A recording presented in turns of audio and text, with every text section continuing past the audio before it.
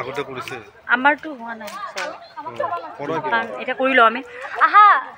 थोड़ा सा काम करने के थोड़ा सा छूट মানে জোৰ জবৰদস্তি কৰা যাম বুলি ভাবিছে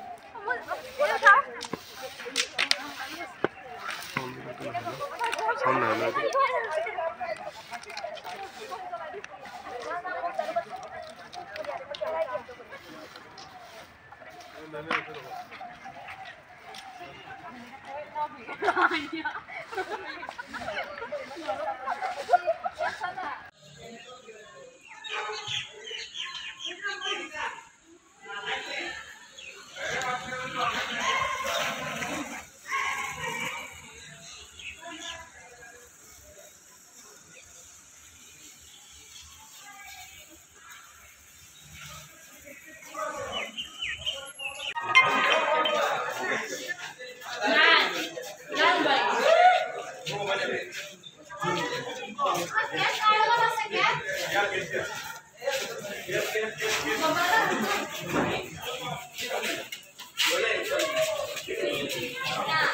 হাফিজা খাতুন আৰু আজি 2 ডিচেম্বৰ যেহেতু চুকাফা দিৱস অৰ্থাৎ অসম দিৱসৰ উপলক্ষে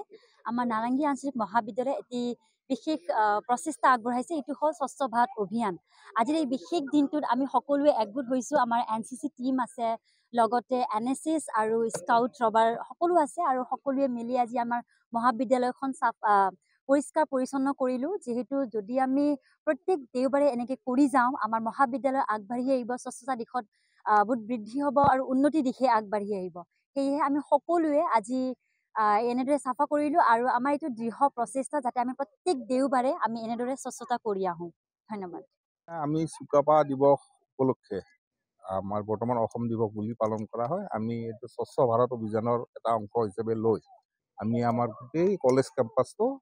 আমাৰ এনচিচি এনএছএছ আৰু স্কাউটৰ গোটেইখিনি ল'ৰা ছোৱালীয়ে লগ হৈ আমি এটা চাফাই অভিযান এটা কৰিছোঁ আৰু বিশেষকৈ আমি ভাবিছোঁ আমি কলেজখনক আমি প্লাষ্টিক মুক্ত কৰিম বুলি আমাৰ সন্মানীয় প্ৰিন্সিপাল ছাৰে আজি এই কথাটো কৈছে যে এখন প্লাষ্টিক মুক্ত এখন কলেজ আমি গঢ়ি তুলিম অতি শীঘ্ৰে কিমান ল'ৰা ছোৱালী আছে আজি আমাৰ ইয়াতে প্ৰায় 100জন ল'ৰা ছোৱালীয়ে কাম কৰি আছে 3টা গ্ৰুপ মিলি স্কাউটৰ তাৰপিছত এনএছএছ এনচিচি গোটেই মিলি প্ৰায় 100 ষ্টুডেণ্ট আছে ষ্টুডেণ্টে কাম কৰি আছে আৰু অদূৰ ভৱিষ্যতেও এনেকুৱা পদক্ষেপ আমি হাতত ল'ম বুলি ভাবি আছোঁ কলেজখন চাফ চিকুণকৈ ৰাখিব তেওঁলোকে আপোনালোকৰ কলেজত কি কি পদক্ষেপ হাতত লোৱা ধন্যবাদ আমি চুকাফা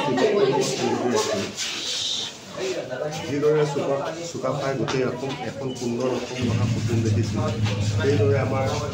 প্ৰধানমন্ত্ৰী মোদী ডাঙৰীয়াৰ যি সপোন স্বচ্ছ ভাৰত যে ভাৰতখন সুন্দৰ কৰা যি সপোন সেই দুয়োটা উদ্দেশ্য একেলগে ৰাখি আজি আমি এনএছএছ এনচিচি আৰু ৰভাৰ স্কাউট সকলোৱে